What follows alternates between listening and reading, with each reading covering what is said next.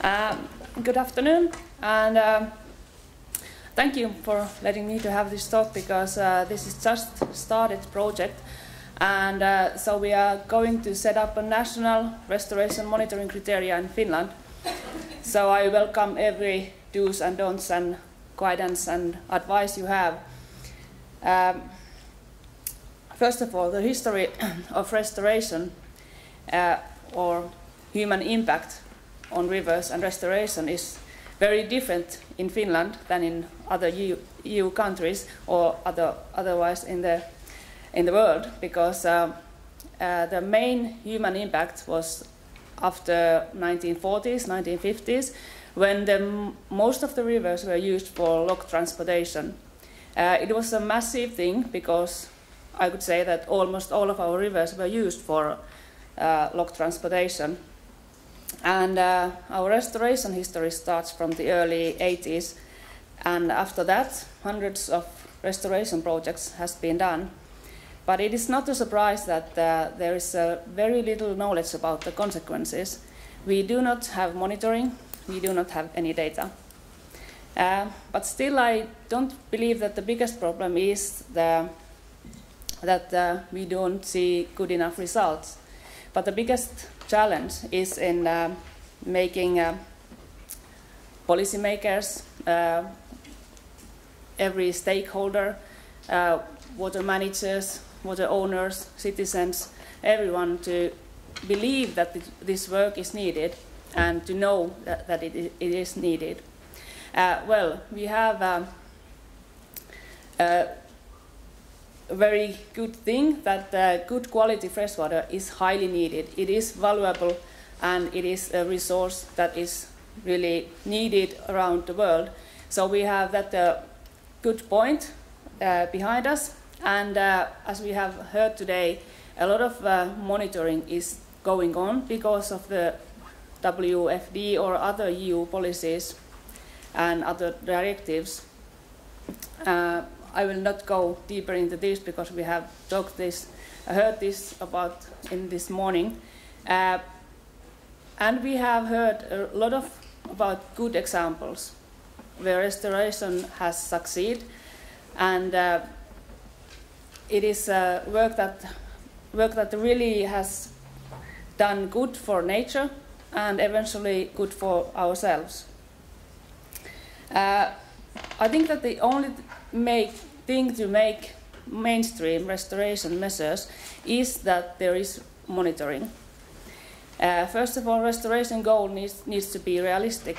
It must be achievable restoration goal, and there is and there will be constant need to prove it, that restoration has succeeded. So we need that kind of success stories we have heard today.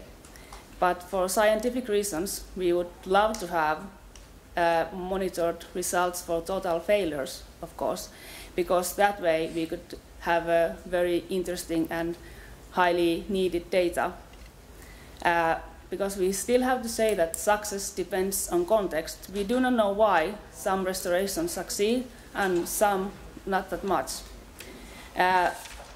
We know that it is most closely related to the bottleneck.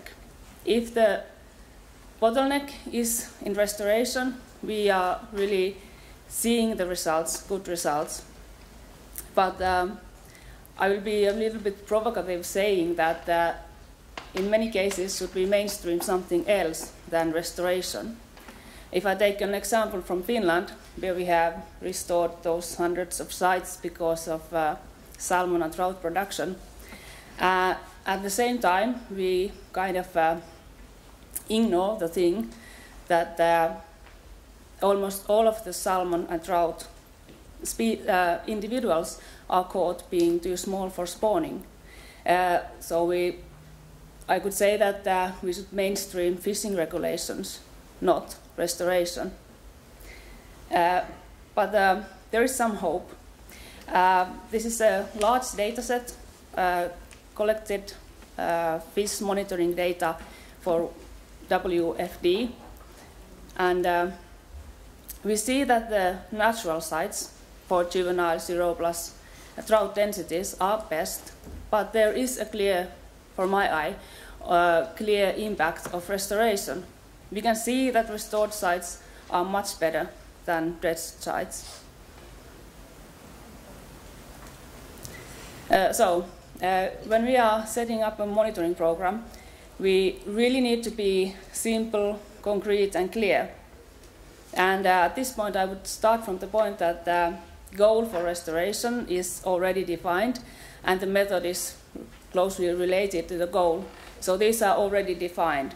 And when we select the monitoring variables for a program, it is maybe best to relate it to method rather than goal, because the goal is in many cases it's too far away, like the fish regulations and fish life cycle.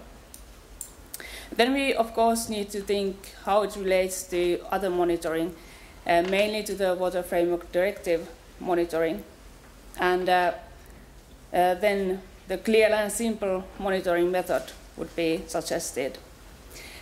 So in reality it would go like this. In Finland, the most used restoration goal is to get to more available habitat for salmon and trout. And it is done by increasing the complexity, the habitat complexity, by boulder placement and gravel introduction. So the straight monitoring variable would be for that method to get depth, velocity, and bottom roughness. And well, it closely or straight also relates to monitoring of fish population densities and age structure. So the monitoring method would be like cross-sectional depth, velocity, and bottom roughness before and after, and the number of sections in relation to width and length of the site.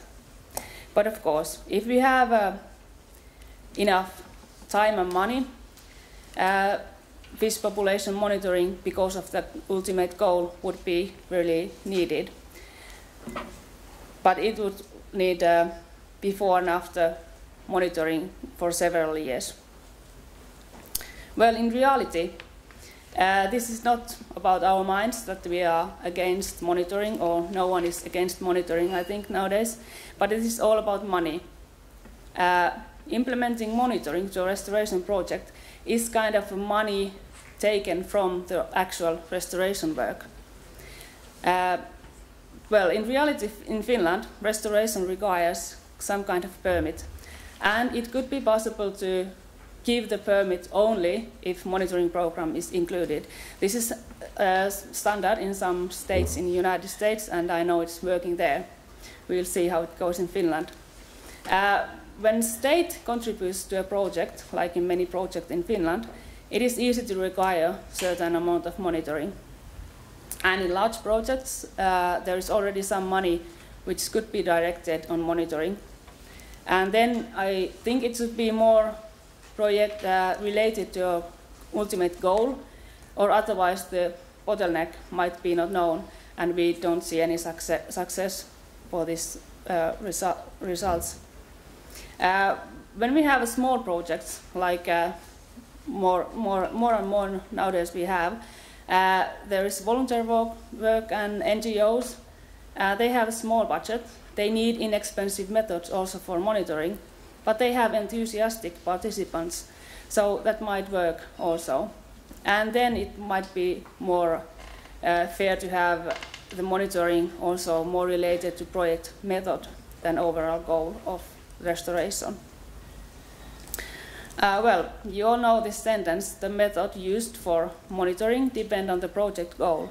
It is true, but in this project I would like to get rid of it. I would say that we need to be really simple, clear, and concrete, and this sentence is not that.